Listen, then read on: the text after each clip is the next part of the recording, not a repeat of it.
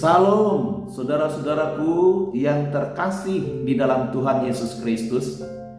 Kita jumpa lagi dalam program Lawatan Hati GKI Residen Sudirman, Surabaya.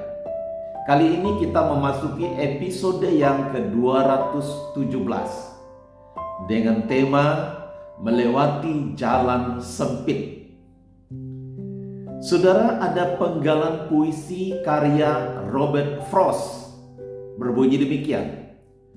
The road not taken, jalan yang tak ditempuh. Saudara, inti dari puisi Robert Frost itu adalah ia sedang mempertimbangkan dua jalan yang ada di depannya. Kedua jalan itu sama-sama menarik hatinya. Tetapi ia tidak yakin apakah ia akan dapat kembali lagi ke persimpangan jalan itu. Maka ia harus memilih salah satu jalan. Kemudian Frost melalui pertimbangannya itu, dia menuliskan suatu kalimat. Ada dua cabang di jalan hutan, dan saya memilih jalan yang jarang dilalui orang. Dan pilihan itulah yang kemudian mempengaruhi saya sampai sekarang dalam jalan hidup saya.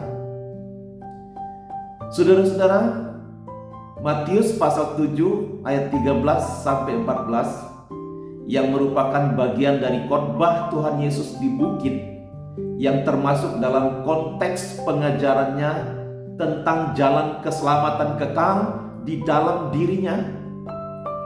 Ia berkata kepada murid-muridnya saat itu, masuklah melalui pintu yang sesak itu, karena lebarlah pintu dan luaslah jalan yang menuju kepada kebinasaan, dan banyak orang yang masuk melaluinya. Karena sesaklah pintu dan sempitlah jalan yang menuju pada kehidupan, dan sedikit orang yang mendapatinya.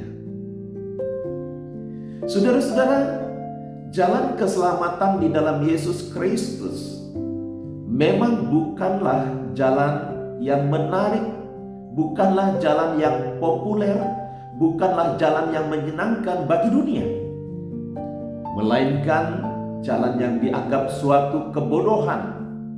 Rasul Paulus dalam 1 Korintus pasal 1 ayat 18 berkata, sebab pemberitaan tentang salib memang adalah kebodohan bagi mereka yang akan binasa. Tetapi bagi kita yang diselamatkan, pemberitaan itu adalah kekuatan Allah. Mengapa demikian, saudara-saudara? Memilih jalan Tuhan yang memang harus memilih jalan Tuhan Yesus memang harus meninggalkan jalan kompromi terhadap dosa, meninggalkan segala sesuatu yang menarik menurut pandangan dunia, yang menyenangkan, yang indah, yang mudah, yang cepat dan tanpa hambatan. Itulah jalan Yesus. Meninggalkan semuanya itu. Dan yang menguntungkan manusia. Kecenderungan semua orang pasti akan memilih jalan yang menarik, yang menyenangkan, yang mudah, yang cepat, dan yang menguntungkan. Saudara pasti setuju dengan pendapat saya ini. Tetapi sayangnya, saudara-saudara, semua itu hanyalah bersifat sementara dan bahkan akan mengantarkan kita pada kebinasaan kekal. Di sepanjang perjalanan kehidupan kita tentu diperhadapkan dengan banyak pilihan, banyak jalan. Mana yang harus kita pilih? Mana yang harus kita tempuh? Banyak jalan yang kelihatannya menjanjikan, menarik, tetapi hanya ada satu jalan menuju pada kehidupan yang kekal, yaitu jalan di dalam Tuhan Yesus Kristus.